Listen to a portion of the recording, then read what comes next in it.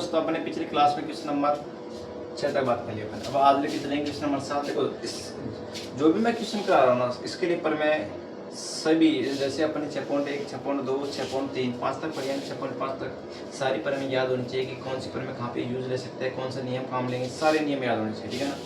अगर अपन को पर में याद है तो क्वेश्चन कोई ज़्यादा कठिन नहीं है। क्वेश्चन की शक्ल देख के अपन मतलब क्वेश्चन की लैंग्वेज पढ़ के अपन देख सकते हैं कि ये क्वेश्चन कैसे होगा कैसे नहीं होगा। अपन लेके चलते हैं क्वेश्चन नंबर 7।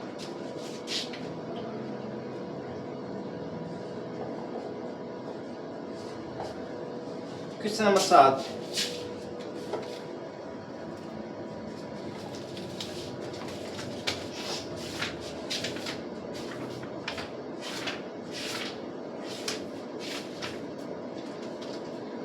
आकृति 6.3 दे रही है इसमें 6.38।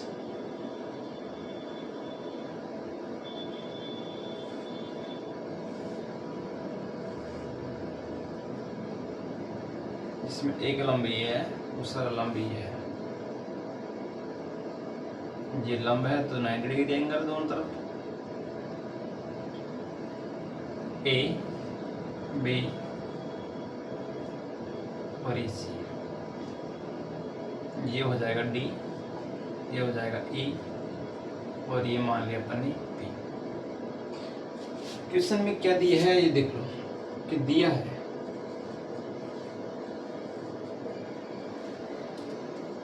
कि त्रिभुज एबीसी के शीर्ष 1 एडी और सी ई परस्पर बिंदु पी पर प्रतिच्छेद करते हैं। दर्शाइए कि, चलो अपन सीधा लेके चलते हैं।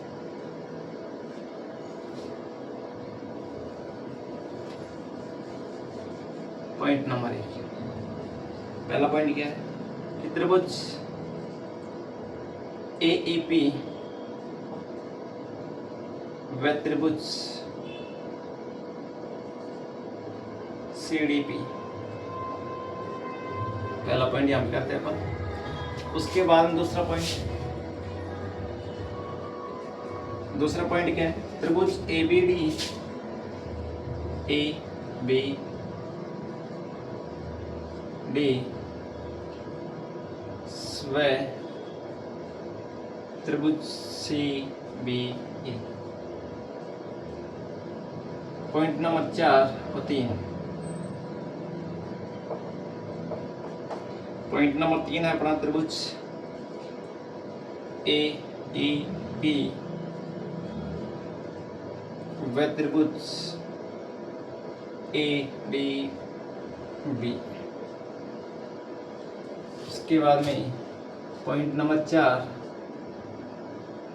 त्रिभुज पी डी सी व त्रिभुज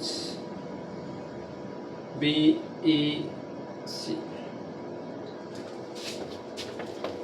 देखो यहाँ पे क्वेश्चन क्या कह रहा है कि त्रिभुज ए ई पी का है। देखो ए ई, तो ये भी तो 90 होगा ना, ए ई पी। त्रिभुज C D P, C D D P, ये भी 90। तो अपन क्या कह सकते हैं कि कौन है सी डी पी बराबर है कौन है ए ई पी के। क्यों बराबर है? क्योंकि दोनों 90 है, 90 डिग्री, ठीक है ना। इसके बाद में अपन कह सकते हैं कौन पी, इन कौन सी डी पी और C P D E P A P. शीर्षाभिमुख कौन आ जाएगा? ये एंगल इस एंगल के अपोजिट है। शीर्षाभिमुख कौन बराबर हो जाएगा कौन ए पी ई। कैसे है कौन शीर्षाभिमुख? शीर्षा भी मुख्य कौन है? जब शीर्षाभिमुख कौन रहेगा तो अपन कह सकते हैं अगर किसी भी त्रिभुज के दो एंगल समान है, तीसरा एंगल ऑटोमेटिक समान हो जाता है। तो यहाँ पे क्या करेंगे अपन, अतः इसलिए त्रिभुज एईपी समरूप हो जाएगा त्रिभुज सीडीपी। कौन से नियम से? ए समरूपता कसौटी से।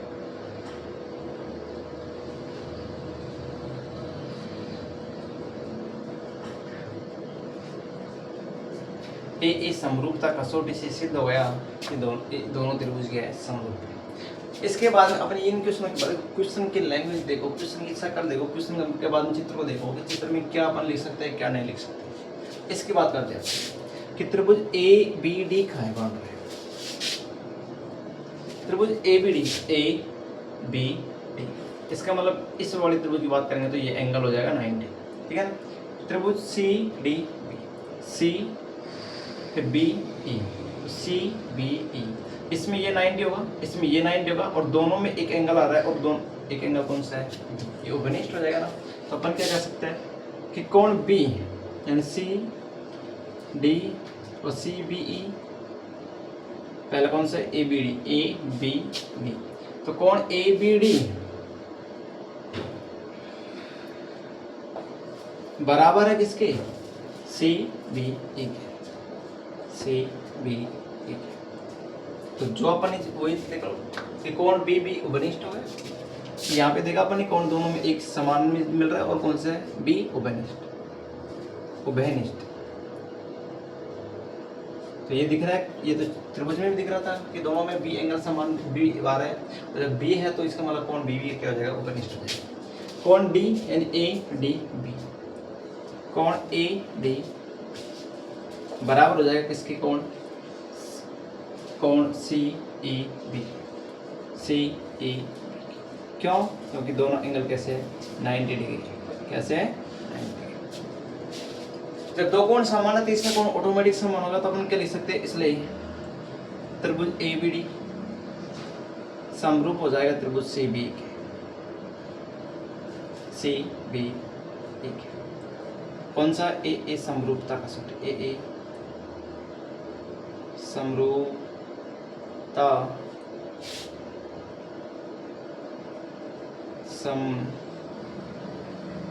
समरूपता का सूत्र से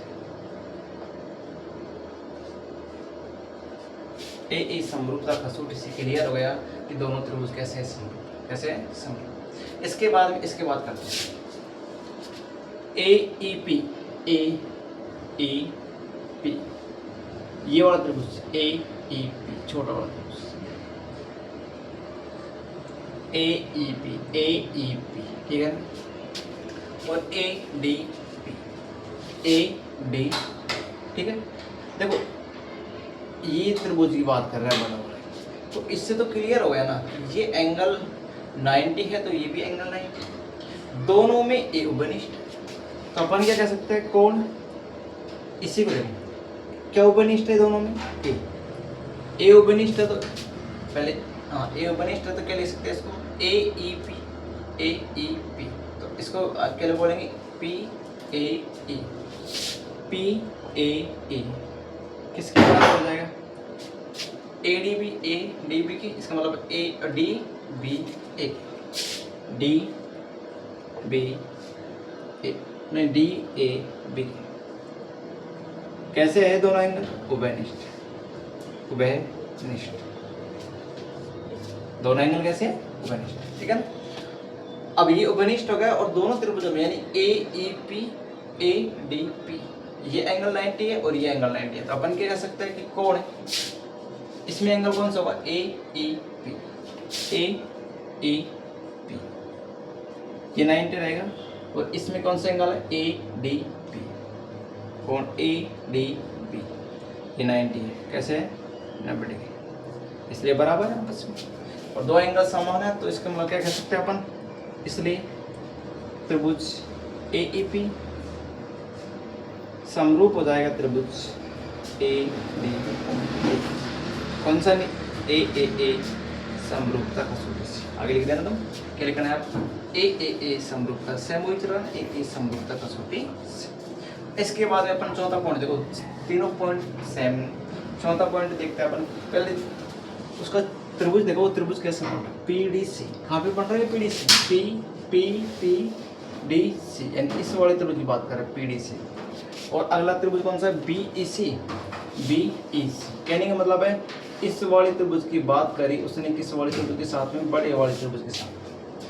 तो इसमें अपन को ये तो मालूम पड़ गया ना, सी तो दोनों में आएगा, वो कॉमन बिंदु रहेगा, और यहाँ पे ये डी कितना है 90 डिग्री और यहाँ पे ई कितना है 90 डिग्री। तो क्या कह सकते हैं अपन कि कोण है, दोनों में कॉमन क्या मिल रहा है, सी। सी को कैसे लिखेंगे, इस वाली त्रिभुज की बात करेंगे तो पी सी डी, क्या लिख देंगे, पी सी डी।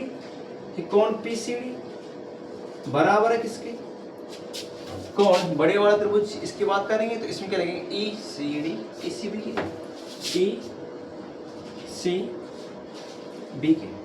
क्यों, क्योंकि दोनों कैसे है, उभयनिष्ठ। क्या लिखा है, क्या लिखना पड़ेगा, उभयनिष्ठ, उभयनिष्ठ है। ठीक है, इसके बाद में ये 90 डिग्री इस वाले त्रिभुज में कौन सा, सी डी पी, कौन C D P, C D P बराबर है किसके, इस बड़े वाले त्रिभुज में बात करेंगे, ये 90 है ना, तो ये 90 है तो किस कैसे लिखेंगे, सी ई बी के, सी ई बी के। क्यों, क्योंकि दोनों कैसे हैं, 90 डिग्री, कैसे है 90 डिग्री। इसलिए त्रिभुज पीडीसी समरूप हो जाएगा त्रिभुज बी ए सी। कौन सा नियम से, ए समरूपता कसौटी, ए समरूपता कसौटी से अपन कह सकते हैं कि दोनों त्रिभुज कैसे हैं सम। तो क्वेश्चन नंबर 7 के अंदर छोटे छोटे क्वेश्चन अगर ज़्यादा बड़े नहीं है, हालांकि इसके अंदर 4 पॉइंट दिए, पॉइंट 1, पॉइंट 2, 3 और 4, ठीक है ना। अब जल्दी से इसका स्क्रीनशॉट ले लो, कोई ज़्यादा कठिन क्वेश्चन नहीं है, बहुत इजी क्वेश्चन है। क्वेश्चन नंबर 8 लेके चलते हैं, क्वेश्चन नंबर 8 लेके चलेंगे। तो देखो अगला क्वेश्चन, क्वेश्चन नंबर 8 है।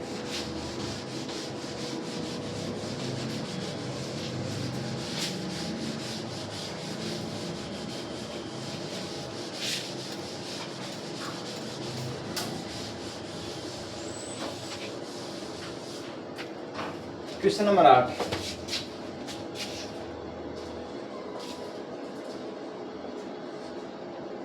क्वेश्चन नंबर 8 क्या है कि समांतर चतुर्भुज एबीसीडी की बढ़ाई गई भुजा, समांतर चतुर्भुज एबीसीडी जिसकी बढ़ाई गई भुजा एडी पर स्थित ई, एडी पर स्थित ई एक बिंदु है।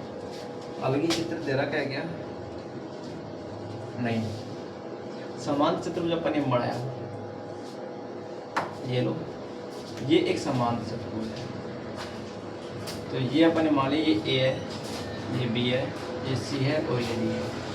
आगे क्या बोल रहा है, एडी पर स्थित ई एक बिंदु, ये लो एडी पर स्थित एक बिंदु लिया अपन, एडी पर स्थित ई एक बिंदु, ई एक बिंदु तथा बीई भुजा सीडी को बीई भुजा सीडी को, इसका मतलब इसमें मिला है, बीई भुजा सीडी को एफ पर प्रतिच्छेद करती है, तो इसको मान लिया उसने एफ, क्या मान लिया एफ। दर्शाइए कि क्या सिद्ध करना है, देखो सिद्ध करना है अपन को,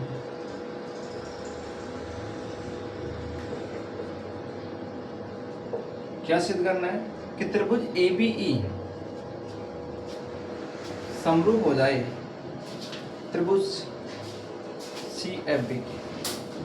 तो ये अपन को समरूप दिखा रहा है कि ये समरूप है या नहीं है। चलो देखो, कोई ज़्यादा कठिन क्वेश्चन नहीं, क्वेश्चन का चित्र मतलब चित्र जो बनता है ना उसको तरीके से बनाओ, उसकी लैंग्वेज पकड़ो, क्वेश्चन में कैसे करना है कैसे नहीं करना। चलो इसी में देखता हूँ, ए बी अलग से है, तो ये पूरा ए बी, मैं ऐसे बनाऊँ ना तो ऐसे बन सकते हैं, ये ए बी है, ए बी ई, ठीक है ना। दूसरा है सी एफ बी, साइड बड़े त्रिभुज है, ये बन रहा है ना ऐसे अलग से, बी सी एफ यानी सी एफ बी त्रिभुज है। चलो इसमें अपन ने देखा कि एक तो चीज अपन को मिल रही है, और अपन को क्या मिल रही है, एक चीज सी एफ बी। अच्छा देखो, अगर इसको अपन आगे बढ़ाएंगे तो यहाँ पे एक त्रिभुज है जो कॉमन मिल जाएगा। देखते हैं कि यहाँ पे ए और बी है अलग से। अपन कह सकते हैं अगर समांतर चतुर्भुज है तो ये आमने सामने कोण समान होगा, तो मैं कह सकता हूँ कोण ए है ना उसी के बराबर होगा, क्योंकि समांतर चतुर्भुज में समूह कोण क्या होता है, समान। मैं क्या लिख सकता हूँ, उत्पत्ति यानी प्रूफ त्रिभुज ABE व त्रिभुज CFB में, दोनों में चल रहे हैं अपन, तो क्या लिख सकते हैं अपन कि कौन है, कौन कौन सा, इसको पूरा बोलेंगे अपन EAB। कौन EAB क्या, मैं A लिखता हूँ, कौन A है ना A, वो कौन C के बराबर है। क्यों, कौन A कौन C के बराबर होगा ना, क्योंकि शीर्षाभिमुख कौन है, शीर्षाभिमुख कौन है, शीर्षाभिमुख कौन है, कैसे कौन है, शीर्षाभिमुख। इसके बाद में ऐसा लग रहा है कि ये शायद Z बन रहा है, और जहाँ पे Z बनेगा वो एकांतर कौन होगी, तो अपन कह सकते हैं कौन E कौन B के बराबर हो जाएगा, कौन E कौन B के बराबर। लेकिन E कौन सा, BAB यानी AEB ये बराबर हो जाएगा कौन है, किसके, ये Z बनेगा, तो इसका मतलब FBC के, FBC के। क्यों, क्योंकि कैसे कौन है, एकांतर कौन, एकांतर। और जब दो कोण समान है तो अपन कह सकते हैं, इसलिए त्रिभुज ABE समरूप हो जाएगा त्रिभुज CFB। कौन से नियम से, AA समरूपता का सूत्र, AA समरूपता कसौटी से, AA समरूपता कसौटी से सिद्ध हो गया कि दोनों त्रिभुज कैसे हैं, समरूप, ठीक है ना। इसके बाद में चलो क्वेश्चन नंबर, मैं इसी के साथ में क्वेश्चन नंबर 9 भी ले लेता हूँ ना, दोनों एक साथ बता लेना। क्वेश्चन नंबर हो गया 8। अब क्वेश्चन नंबर लेके चलेंगे अपन क्वेश्चन नंबर 9। क्वेश्चन नंबर 9 क्या बोल रहे थे, क्वेश्चन नंबर 9 है कि आकृति 6.39 में, आकृति 6.39 में ABC और AMB दो समकोण त्रिभुज है। देखो एक चित्र बन रहा है, आकृति बना रहा किसने पहले से, ये तो है ABC, ABC नहीं 6.39 नीचे बन रही है, ABC अलग बन रहा है इसमें।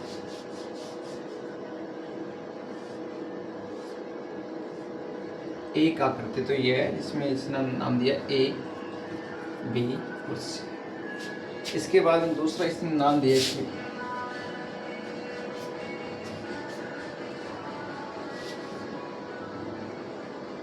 इसको नाम दे दिया इसने P, इसको नाम दिया इसने N। तो ये 90 डिग्री है इसमें, और ये इसमें ये 90 डिग्री, ठीक है। तो क्वेश्चन क्या बोल रहा है, पहला पॉइंट, इसी का पहला पॉइंट देखते हैं, पॉइंट नंबर 1, ACB। देखो इसमें अपन ये लिख सकते हैं कि दिया है, मैं क्या दिया है, क्या दिया है कि कोण B क्या पूरा लेते हैं अपन, कोण ABC बराबर है कोण ABC व कोण AMP, कोण AMP कैसे कोण है, समकोण है, ठीक है। तो ये अपने दिया है, हम लिख दिया कि दोनों एंगल समकोण है। अब पॉइंट नंबर 1 लेके चलते हैं, क्या सिद्ध करना है अपन। पॉइंट नंबर 1 है त्रिभुज ABC समरूप हो जाए, तो त्रिभुज ABC व त्रिभुज AMP में चलेंगे, त्रिभुज AMP दोनों का अपन को क्या है कि दोनों को समरूप दिखाना है कि समरूप है या नहीं, ठीक है।